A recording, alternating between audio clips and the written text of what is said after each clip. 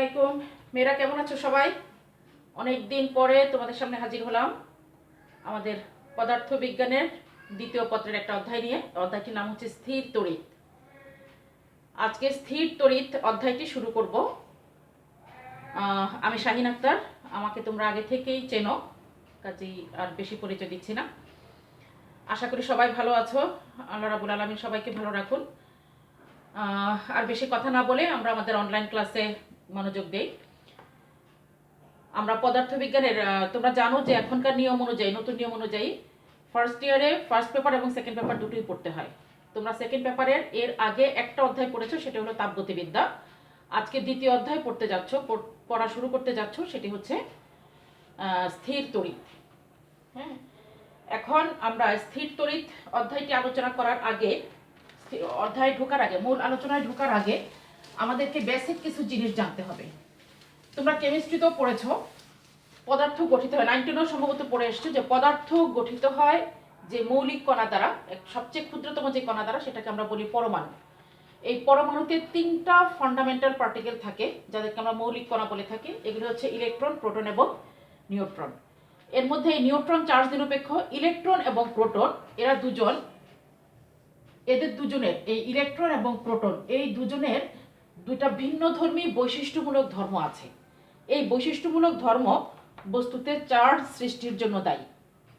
মূলত চার্জ বলা হয় ইলেকট্রন এবং প্রোটনের এই যে একটা বিশেষ বৈশিষ্ট্যমূলক ধর্ম, যে ধর্মের কারণে আমরা একটাকে ঋণাত্মক চিহ্ন দ্বারা আর একটাকে ধনাত্মক চিহ্ন দ্বারা প্রকাশ করছি।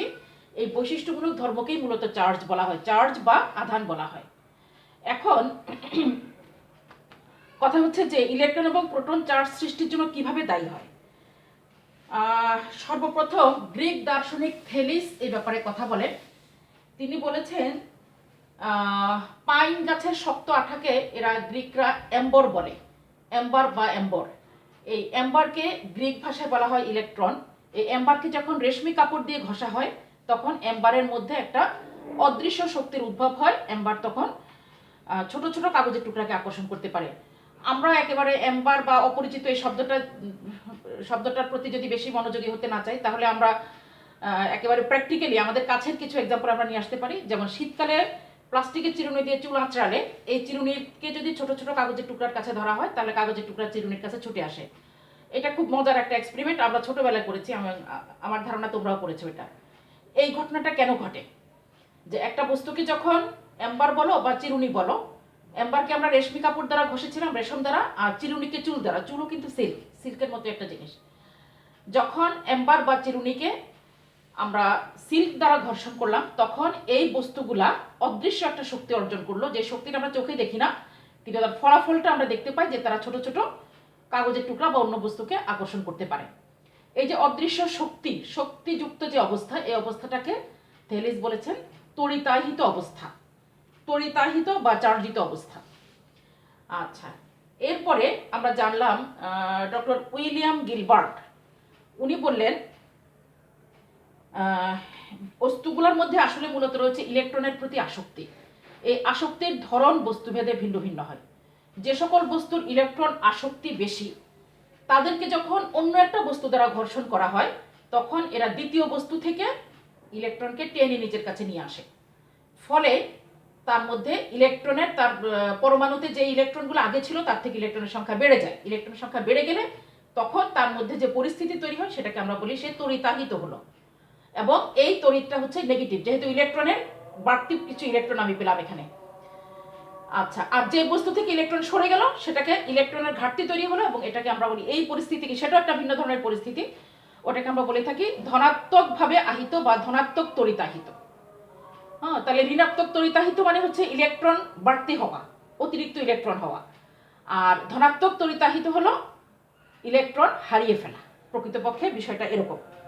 তো ইলেকট্রন যদি কেউ গেইন করে, তাহলে সে নেগেটিভলি চার্জড হলো, আর ইলেকট্রন যদি কেউ হারায়, তখন আমরা বলি সে পজিটিভলি চার্জড হলো। পজিটিভ চার্জ মানে হলো ইলেকট্রনের কমতি, আর নেগেটিভ চার্জ মানে হলো ইলেকট্রনের বাড়তি।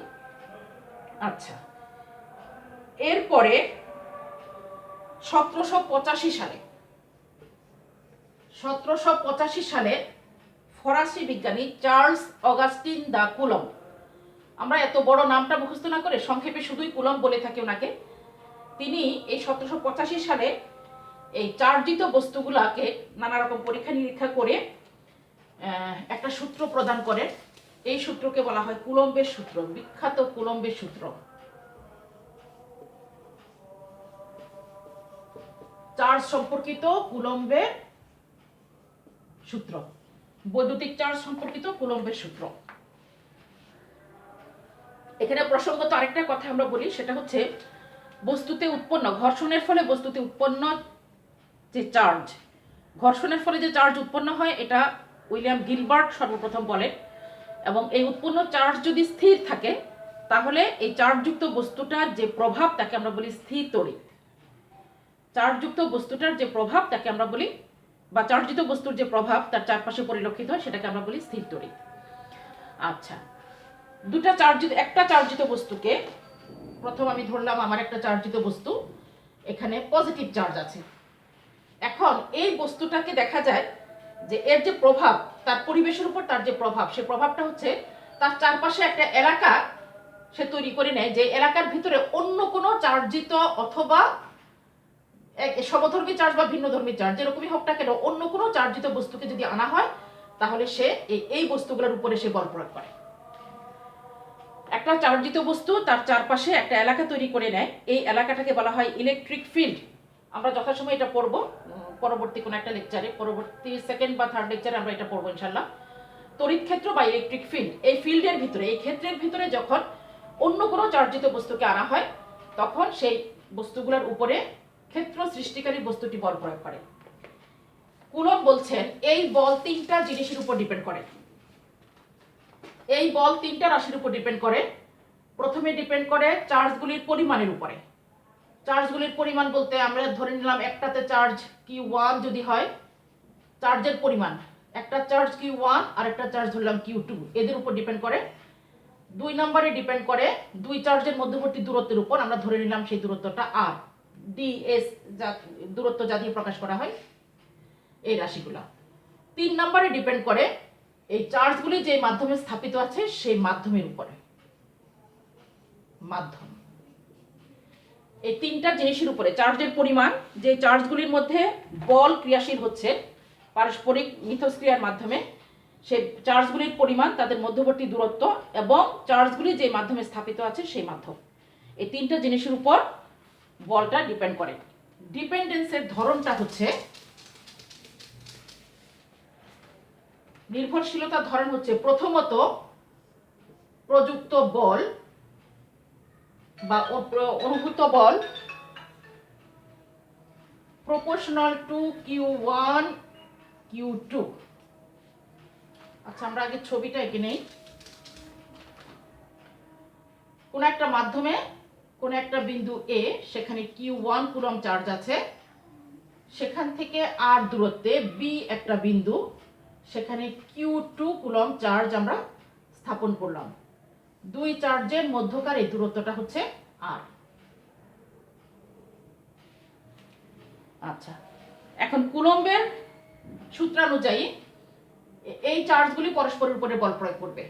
প্রথম চার্জটা দ্বিতীয় চার্জের উপর বল প্রয়োগ করবে, দ্বিতীয় চার্জ প্রথম চার্জের উপরে বল প্রয়োগ করবে। এই বল যদি F হয় তাহলে F proportional to Q1 into Q2।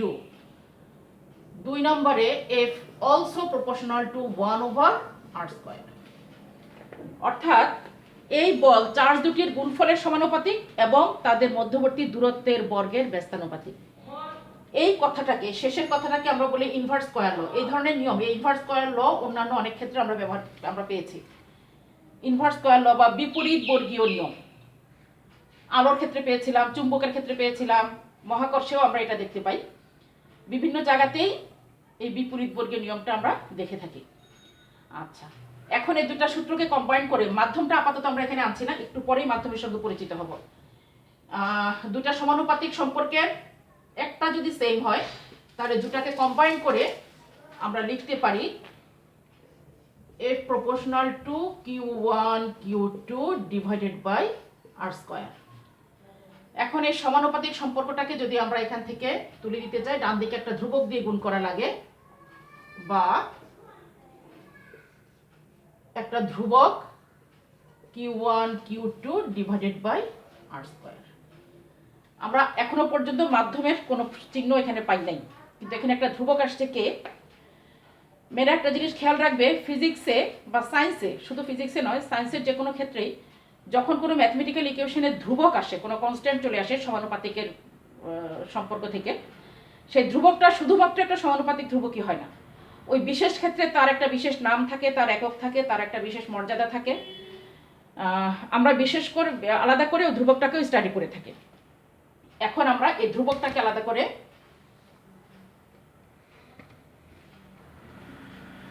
আমাদের কুলম্বের সূত্র আপাতত এতটুকু থাকুক, আমরা ইকুয়েশনটার নাম দিলাম ইকুয়েশন নাম্বার 1। এটাকে আমরা আমাদের মেমোরিতে রেখে দিব। এরপরে আমরা এখন এই ধ্রুবককে নিয়ে একটু আলোচনা করব এবং এই ধ্রুবকের সঙ্গে আমরা দেখব আমাদের মাধ্যমের কোনো সম্পর্ক আছে কিনা।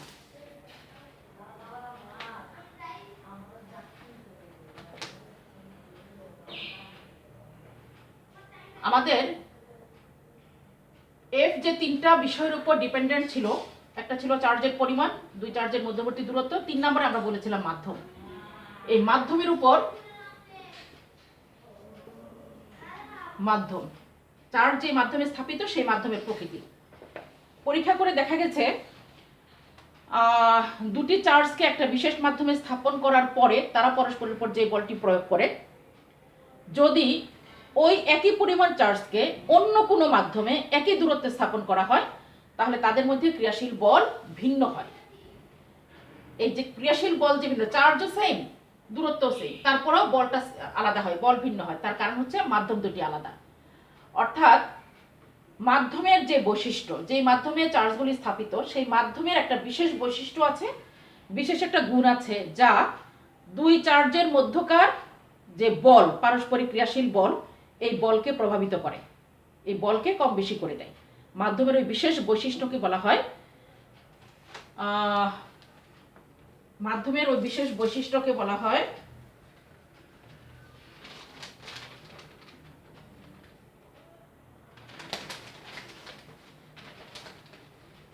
ভেদনযোগ্যতা।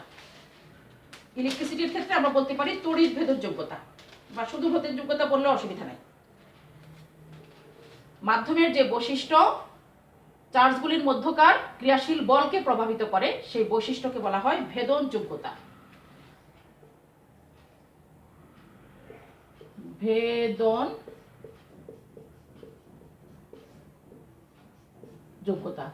আমরা এরকম একটা চিহ্ন দ্বারা এটাকে প্রকাশ করে থাকি, এটাকে বলা হয় এপসাইলন। এটা একটা প্রতীক, এই এপসাইলন দ্বারা আমরা ভেদনযোগ্যতাকে প্রকাশ করে থাকি। তাহলে মাধ্যমের ভেদনযোগ্যতাও ক্রিয়াশীল বলকে প্রভাবিত করছে। এখন এই যে ভেদনযোগ্যতা, শূন্য মাধ্যমের জন্য, যে মাধ্যমে বায়ুও নাই সেই মাধ্যমটাকে আমরা বলি শূন্য মাধ্যম। শূন্য মাধ্যমের জন্য এই ভেদনযোগ্যতাকে আমরা এইভাবে প্রকাশ করে থাকি, এটাকে এপসাইলন 0 বা এপসাইলন নট বলে থাকি আমরা। এই এপসাইলন 0-র একটা মান আছে, সেই মানটা আমি তোমাদেরকে লিখে দিচ্ছি, তোমরা মুখস্থ করে ফেলবে। এটা 8.854 ইন্টু 10⁻⁻12, এবং তার একটা একক আছে খুব বিদ্যুৎ ধরনের, এককটা হচ্ছে coulomb square per newton per metre square. আমরা একক সহকারে এই মানটা মুখস্থ করে ফেলবো। শূন্য মাধ্যমের ভেদনযোগ্যতার এই হচ্ছে মান 8.854 into 10⁻⁻12 coulomb square per newton per metre square. আচ্ছা, আমরা যদি এখন এখান থেকে 1/4 পাই এপসাইলন 0 লিখি, এপসাইলন 0-এর জন্য এই মানটা যদি আমরা এখানে বসাই, আর পাই এর মান 3.14 তোমরা জানো, তাহলে এইটা হবে সেই ধ্রুবকটা যেটা আমরা একটু আগে লিখেছিলাম, যেটা আমরা একটু আগে ইকুয়েশন লিখেছিলাম কুলম্বের সূত্রের মূল সূত্রে। তাহলে আমি যদি এখন এই ধ্রুবকটাকে আমার মূল ইকুয়েশনে নিয়ে গিয়ে বসিয়ে দেই, তাহলে কুলম্বের সূত্রের যে রূপটি আমি পাবো সেটা হচ্ছে F ইকুয়াল টু 1/k এর পরিবর্তে 1/4 pi epsilon 0 Q1 Q2 divided by R square. এটা হলো শূন্য মাধ্যমের জন্য। আমরা ইচ্ছা করলে এটাকে F0 বলতে পারি।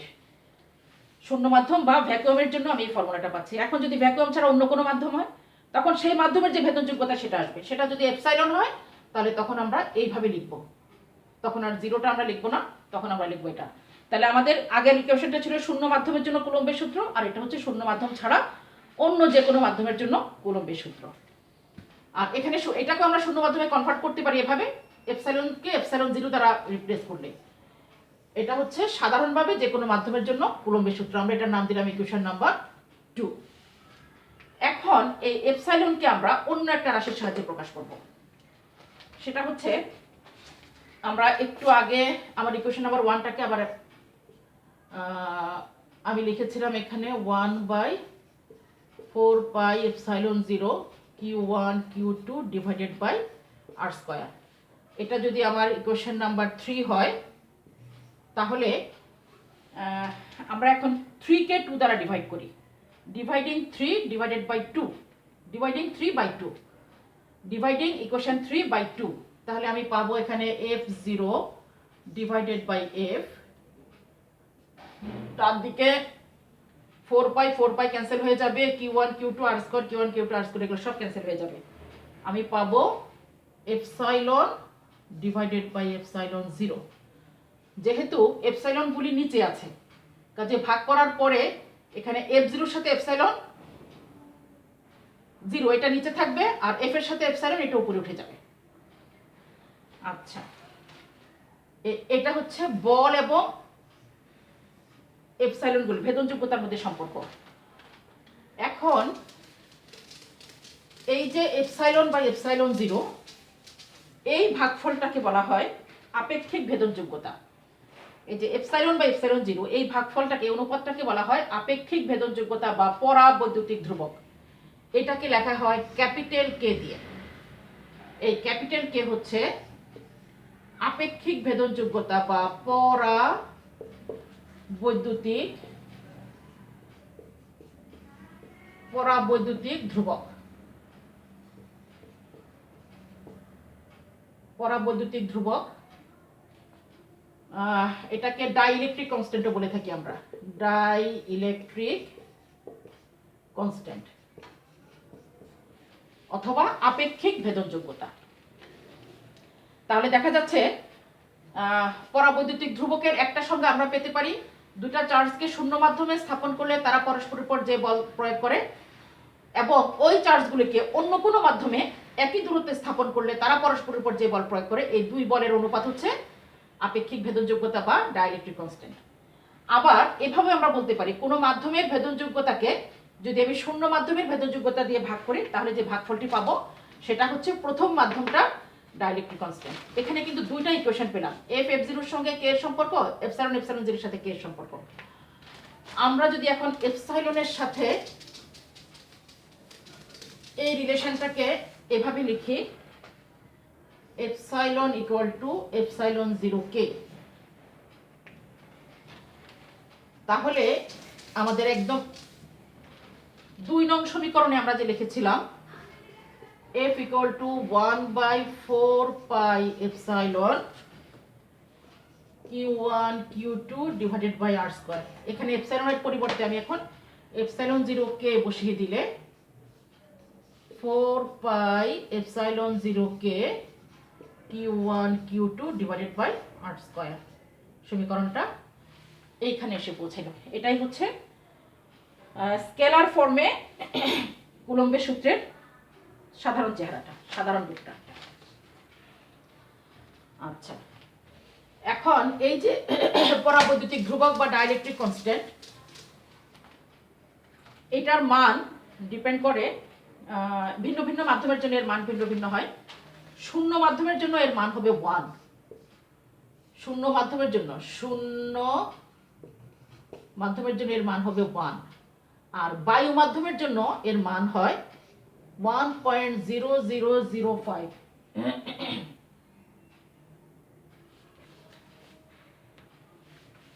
এই 1 আর 1.0005 এটা হচ্ছে বাতাসের জন্য, বায়ু বা বাতাস। খুব কাছাকাছি মান হওয়ার কারণে আমরা শূন্য এবং বায়ু মাধ্যমকে প্রায় আইডেন্টিক্যাল মাধ্যম চিন্তা করে থাকি। এটা অবশ্য সব ক্ষেত্রে না, শব্দের ক্ষেত্রে হবে না, এটা হয় আলোর ক্ষেত্রে, ইলেকট্রিসিটির ক্ষেত্রে, চুম্বকের ক্ষেত্রে ইত্যাদি। শব্দের ক্ষেত্রে আবার শূন্য আর বায়ু একই রকম নয়। শব্দ শূন্য মাধ্যমের মধ্যে দিয়ে চলতে পারে না, কিন্তু বায়ুর মধ্যে দিয়ে চলতে পারে। আচ্ছা, এটার আরেকটা সিগনিফিকেন্স আমরা ব্যাখ্যা করতে পারি।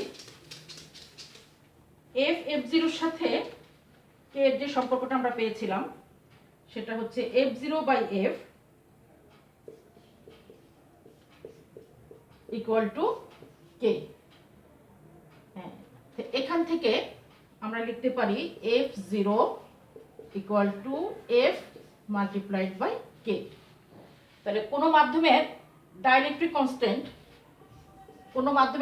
কনস্ট্যান্ট হচ্ছে 10। ফর এক্সাম্পল, এই কথার অর্থ হচ্ছে এই মাধ্যমে স্থাপিত দুটা নির্দিষ্ট দূরত্বে স্থাপিত দুটা চার্জকে যদি আমি শূন্য মাধ্যমে স্থাপন করি, তাহলে প্রথম মাধ্যমে যে বল ক্রিয়াশীল হবে তার 10 গুণ বল শূন্য মাধ্যমে ক্রিয়াশীল হবে। শূন্য মাধ্যমে স্থাপন করলে 10 গুণ বেশি বল প্রযুক্ত হবে এদের পরস্পরের উপরে। আচ্ছা, এখন আমরা চলে যাব কুলম্বের সূত্রে। আমরা পেয়েছিলাম এটা সমীকরণটা মূলত বলের সমীকরণ। আমার বাঁ দিকে ছিল বল আর ডান দিকে কিছু রাশি ছিল। এখন বল একটা ভেক্টর, আমরা তো স্কেলার ফর্মটা দেখেছি। এখন এই বলের ভেক্টর ফর্মটা কেমন হবে, এই ভেক্টর ফর্মটা শিখবো আমরা। আমরা হেডলাইনটা এভাবেই লিখি, কুলম্বের সূত্রের ভেক্টর রূপ। কুলম্বের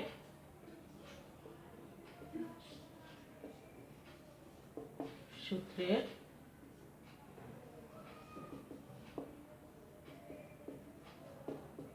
ভেক্টর রূপ। এখানে Q1 কুলম্ব চার্জ আছে, এইখানটাতে আছে Q2 কুলম্ব চার্জ, এবং আমার অক্ষ ব্যবস্থার মূল বিন্দু O থেকে এই চার্জগুলির পজিশন ভেক্টর হচ্ছে R1 এবং R2।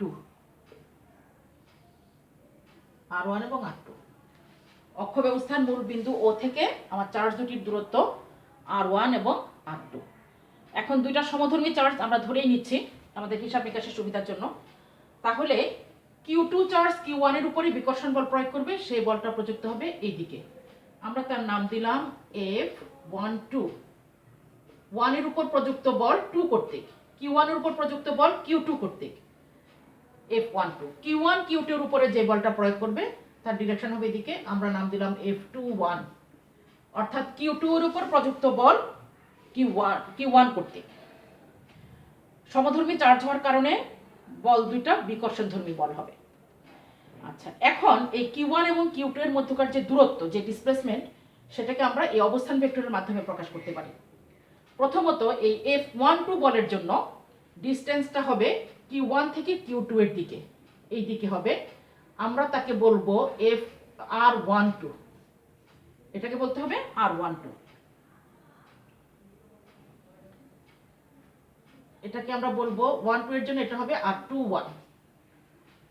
আচ্ছা, এইখানে এই 12 বলের জন্য R21 কেন হলো আমি এটার একটু ব্যাখ্যা দিই। আমরা যখন ভেক্টর পড়ি তখন তোমরা দেখেছো যে অবস্থান ভেক্টরের সাহায্যে কিভাবে ডিসপ্লেসমেন্ট ভেক্টরকে আমরা প্রকাশ করেছিলাম। আমি ছোট্ট করে এখানে একটু ব্যাখ্যাটা দেই। This is my x, this is Y. এটা হলো আমার position vector R1, position vector R2, এ বিন্দু বি বিন্দু। এখন আমি যদি ভেক্টর এ বি নেই, এ থেকে বি এর দিকে যখন আমি যাব তখন ভেক্টর এ বি সমান হচ্ছে আমি এ থেকে গেলাম, এতে হচ্ছে আমার পজিশন ভেক্টর R1 আর বিতে পজিশন ভেক্টর R2।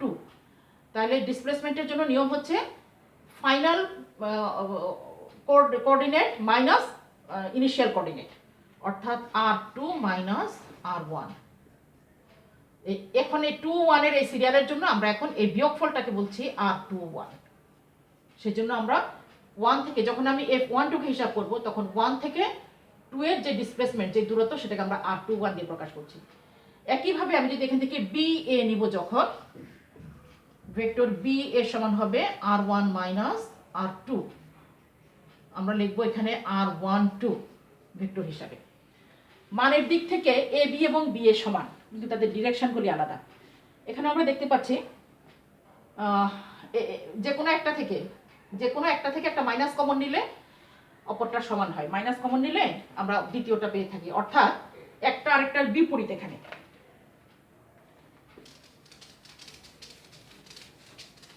এর অর্থ হচ্ছে এ বি এবং বি এ ভেক্টর হিসাবে লিখলে A B equal to minus B A. এদের ডিরেকশনগুলি আলাদার কারণে মাইনাস চিহ্নটা আসছে এদের, এবং এরা মানে সমান।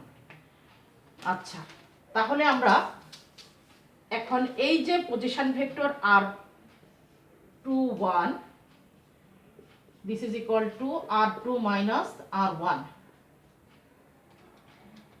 এটা আমরা পেলাম। আর F21 এর জন্য আমার পজিশন ভেক্টর হবে R12, যেটা হবে আমার R1 মাইনাস R2। প্রত্যেকটা ভেক্টরের সাথে একটা একক ভেক্টর থাকে। তাহলে আমরা যদি এইটার একক ভেক্টরটা নিই, তাহলে এই ভেক্টরটাকে আমি লিখতে পাবো এভাবে, R21 ম্যাগনিটিউড এবং R21 ইউনিট ভেক্টর, এই দুটার গুণফল হিসাবে আমি এটাকে প্রকাশ করতে পারি। একইভাবে এখানে R12 magnitude R12 unit vector, এই দুটার গুণফল হিসাবে আমি এই ভেক্টরটাকে প্রকাশ করতে পারি। আমরা এখানে দেখেছি যে R21 এবং R12 এরা মানে সমান, কিন্তু এদের মধ্যে এই ইউনিট ভেক্টর দুটি ডিরেকশন আলাদা। ফলে আমরা এখন F12 কে প্রকাশ করব এভাবে, এটা যদি 1/4 পাই এপসাইলন 0 কে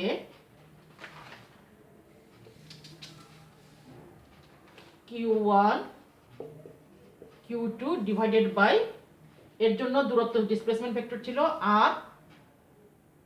R21 স্কয়ার। আর এই ভেক্টর ফর্মটাকে যেহেতু বাদিকে ভেক্টর আছে, ভেক্টরাইজ করার জন্য এটাকে আমরা এখানে লিখব R21 ইউনিট ভেক্টর। আর F21 কে লিখব আমরা এভাবে 1/4 পাই এপসাইলন 0 কে Q1 Q2 divided by R12 square এবং 12 ইউনিট ভেক্টর। এভাবে আমরা কুলম্বের সূত্রের ভেক্টর ফর্মটাকে আমরা লিখতে পারি। এটা হচ্ছে আমাদের vector form of Coulomb's law. এখন আমরা শিখব চার্জের একক। এই যে এতক্ষণ ধরে যে চার্জ সম্পর্কিত কথাগুলি বললাম, চার্জের একক হচ্ছে কুলম্বের নাম থেকে চার্জের একককে কুলম্ব নামে ডাকা হয়। এখন আমরা তাকে ডিফাইন করব, ডেফিনিশনটা বের করব। শূন্য মাধ্যমের জন্য কুলম্বের সূত্রটা আমরা একটু লিখে নেই।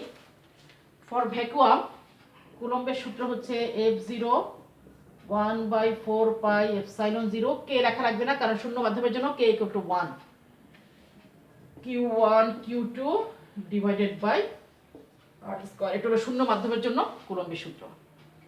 এখন আমার এখানে আমি দুটা চার্জ নিলাম, এই Q1 Q2 না লিখে দুটা চার্জই equal, Q1 equal to Q2 equal to Q ধরে নিলাম আমি। তারা সমধর্মী, অর্থাৎ দুইটাই পজিটিভ চার্জ অথবা দুইটাই নেগেটিভ চার্জ। যদি R ইকুয়াল টু, অর্থাৎ তাদের মধ্যকার সেপারেশন যদি হয় 1 মিটার, এবং এই বিকর্ষণ বল যেহেতু তারা সমধর্মী, তারা পরস্পরের উপর যে বলটা প্রয়োগ করবে সেটা হচ্ছে বিকর্ষণধর্মী বল। এই বিকর্ষণধর্মী বলের মানটা যেহেতু শূন্য মাধ্যমে স্থাপিত, বলটাকে F0 লিখলাম, সেটা যদি 9 × 10⁹ নিউটন হয়, তাহলে এই কন্ডিশনগুলো যদি আমি আমার কুলম্বের সূত্রে সেট করি তাহলে কি পাই? বাদিকে 9 × 10⁹, এখানে এটাকে এপসাইলন 0 এর জন্য এপসাইলন 0 এর যে মানটা আমরা লিখেছিলাম 8.854 × 10⁻⁻12 coulomb square per newton per metre square. এই মানটা যদি আমি এখানে বসাই তাহলে এই জিনিসটার মান হবে 9 × 10⁹, 9 × 10⁹। Q1 Q2 কে আমি একই জিনিস চিন্তা করলাম এখন সমপরিমাণ, কাজে Q square divided by 1 square, বা এখান থেকে পাচ্ছি আমি Q স্কয়ার ইকুয়াল টু 1, এগুলো সব ক্যান্সেল হয়ে যাবে। Q Q equal to plus minus 1, তার মানে Q1 এবং Q2 কমা Q2 সমান হবে হয় +1 +1 অথবা -1 -1। আমি এক মানের চার্জ পেলাম, অর্থাৎ এখান থেকে আমি একক চার্জের সংখ্যাটা বের করব। সমধর্মী চার্জ দুটো ছিল সমধর্মী, হয় প্লাস প্লাস অথবা মাইনাস মাইনাস, এবং তারা দুজনেই 1 1 সমপরিমাণ, দুটাকে আমরা কিউ ধরেছিলাম। সমধর্মী এবং সমপরিমাণ দুটি চার্জ, এখানে বিন্দু চার্জ বললে খুব ভালো হয়,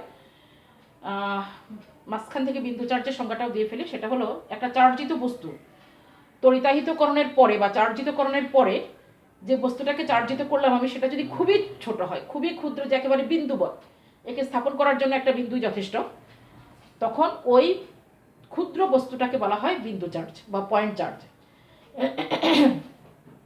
এখন আমরা আমার একক চার্জের সংখ্যা চলে যাই, যে সমধর্মী ও সমপরিমাণ দুটি বিন্দু চার্জকে শূন্য মাধ্যমে যদি 1 মিটার দূরত্বে আমি স্থাপন করি, তাহলে তারা পরস্পরের উপর যদি 9 × 10⁹ নিউটন বল প্রয়োগ করে, তখন ওই চার্জগুলির প্রত্যেকটি হবে একক চার্জ বা 1 কুলম্ব চার্জ। সমধর্মী আমি লিখে দেই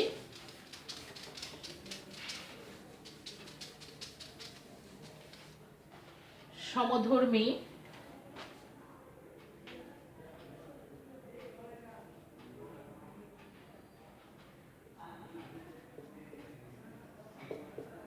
ও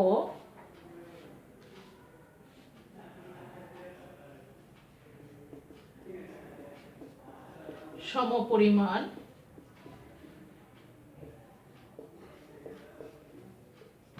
দুটি বিন্দু চার্জ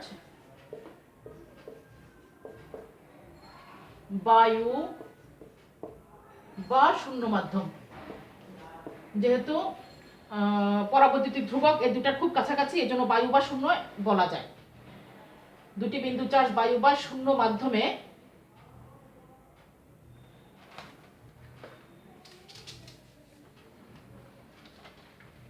বায়ু বা শূন্য মাধ্যমে পরস্পর হতে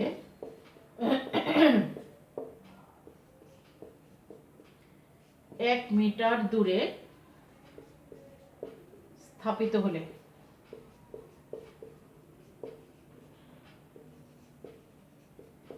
যদি